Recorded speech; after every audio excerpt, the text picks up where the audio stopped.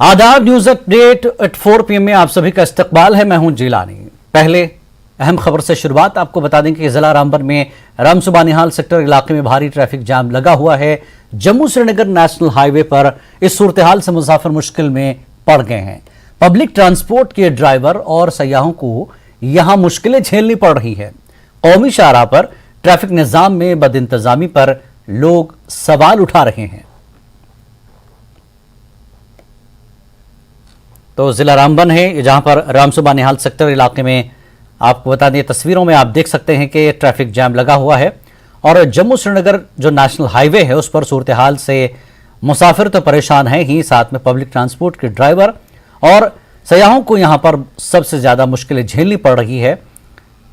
वजह यही है कि कौमी शाहराह पर ट्रैफिक निजाम में बदइंतजामी पर लोग सवाल उठा रहे हैं। इस वक्त हमारे साथ हमारे नुमाइंदे बिलाल वाली जुड़ चुके हैं। बिलाल, लगातार नेशनल हाईवे पर इस तरह की सूरत हाल बनी हुई है। कल खुला तकरीबन 24 घंटे बाद, आज फिर ट्रैफिक जैम। क्यों है ये मसाइल और क्या कुछ हो रहा है वहां?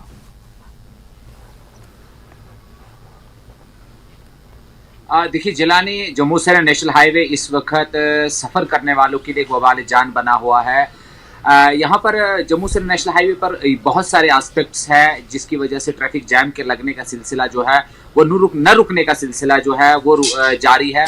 हमने माजी में देखा, जब बारिशें होती थी, मौसम ख़राब होता था, उस वक्त स्लाइड होता था, उसके बाद ही इस तरह की जो हालात पैदा होते थे जम्मू से नेशनल हाईवे पर। लेकिन जो मौजूदा हालात जो है पिछले कई महीनों से 2-4 महीनों की बात करेंगे और गुज़श्ता 1 महीने के खास तौर से बात करेंगे हम, तो ट्रैफिक मिसमैनेजमेंट की वजह से बहुत मुश्किलात हो रही है यहाँ पर। खास तौर से सयाहों की अगर बात करेंगे, जो मुल्क भर से इस वक्त मौसम गर्मा है, गर्मी पड़ रही है, गर्मी की तपिश को मतलब वादी कश्मीर में लोग आकर यहाँ पर अच्छा टाइम गुजारना चाहते हैं, लेकिन जो उनका हाईवे का एक्सपीरियंस है बहुत खराब जा रहा है, जिसकी वजह से कई लोगों से हमारी बात हुई, कहीं तो रोकर गुजर गए और कहीं का कहना था कि हमारा इतना बुरा एक्सपीरियंस गया कि हम दोबारा इस शाहराह की वजह से लौट कर ना आने वाले हैं। वजूहात की अगर हम पस मंजर देखेंगे तो यहाँ पर 4 लेन प्रोजेक्ट का काम जो है वो शादोमत से जारी है, जिसको लेकर हम माजी में भी रिपोर्ट्स कर चुके हैं, अभी भी कर रहे हैं और आने वाले दिनों में भी हम रिपोर्ट्स करेंगे किस तरह 4 लेन प्रोजेक्ट जो है इस वक्त गवर्नमेंट ऑफ इंडिया की एक प्रायोरिटीज में है कि जल्द से जल्द वो बन सके। लेकिन जब एग्जीक्यूशन का काम हो रहा है, जिसमें ढलवास है और कैफेटेरिया मोड़ है, रामसू मगर कोट का एरिया और शेरवी भी है, वहां सिंगल वे स्ट्रेचेस है, जिसकी वजह से गाड़ियां जो भारी HMVs चलती है, उसके बाद लाइट मोटर व्हीकल चलती है, 2 गाड़ियां एट ए टाइम वहां से गुजर नहीं पाती है और खास तौर से वो वजह रहती है। उसके बाद जो ही गाड़ियों का ब्रेक लग जाता है उसके बाद ओवरटेक होता है, ओवरटेक के बाद ही ट्रैफिक की सूरत हाल ये पैदा हो जाती है। वहीं दूसरा पहलू ये भी है कि आजकल जो है टूरिस्ट फुटफॉल है वो बहुत ज्यादा बढ़ गया है। पूरे पंजाब से, दिल्ली से और दीगर रियासतों से, जो हिंदुस्तान की रियासतों से लोग अपनी जाती गाड़ियों में जम्मू कश्मीर का रुख कर रहे हैं और इस हाईवे से गुजर रहे हैं, तो उसकी वो एक पहलू वो भी देखा जा सकता है कि ट्रैफिक का जो फुटफॉल जो टूरिस्ट का बढ़ा है वो भी कहीं ना कहीं गाड़ियों को जो कंजेशन है उसकी वजह बन रहा है। लेकिन हमारे पास तो मुगल रोड भी चल रहा है, अगर हम देखेंगे तो वहां से ट्रैफिक चलना चाहिए था, यहाँ इस हाईवे पे कम प्रेशर पड़ता।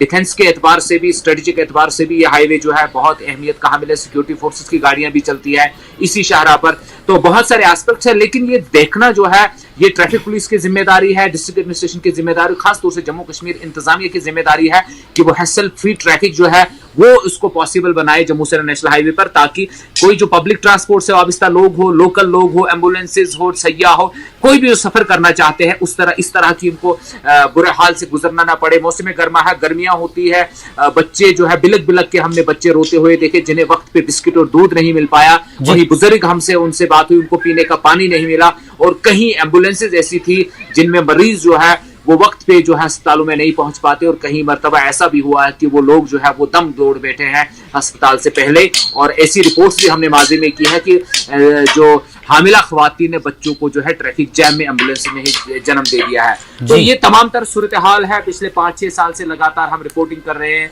हम इंतजामिया जिस तरह से अभी काम चल रहा है 4 लेन का, इसमें पब्लिक ट्रांसपोर्ट के अलावा जो हैवी ट्रक्स चलते हैं उन्हें तो आदत है एक तरह से, जब भी जैम लगता है, लैंडस्लाइडिंग होती है तो वो अपना इंतजाम कुछ करके चलते हैं, लेकिन सयाहों के लिए और आम लोग, और आप जिस तरह से बता रहे हैं एम्बुलेंस के लिए तक जो है कोई मुतबादिल नहीं है, कोई रास्ता नहीं, तो ऐसे में ट्रैफिक पुलिस या वहां जो अमला है वो कोई मुतबादिल इंतजाम क्यों नहीं कर पा रहा है?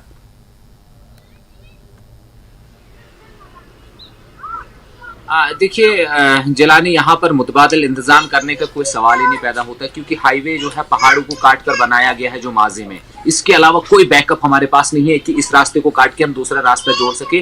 जैसे जम्मू या वादी कश्मीर में, मुल्क के दीगर हिस्सों में होता गया, एक जगह पे स्लाइड आ गया या कुछ जैम सूरत हाल पैदा होगी तो हम बाईपास करके निकलते। यहाँ वो वाला स्कोप नहीं है। अगर आप फंसे हैं तो आपको वहीं फंसे रहना है, चाहे वो 1 घंटा हो या 10 घंटे हो, आपको उसी जगह पे उसी मुश्किल हालात में फंसा रहना पड़ेगा।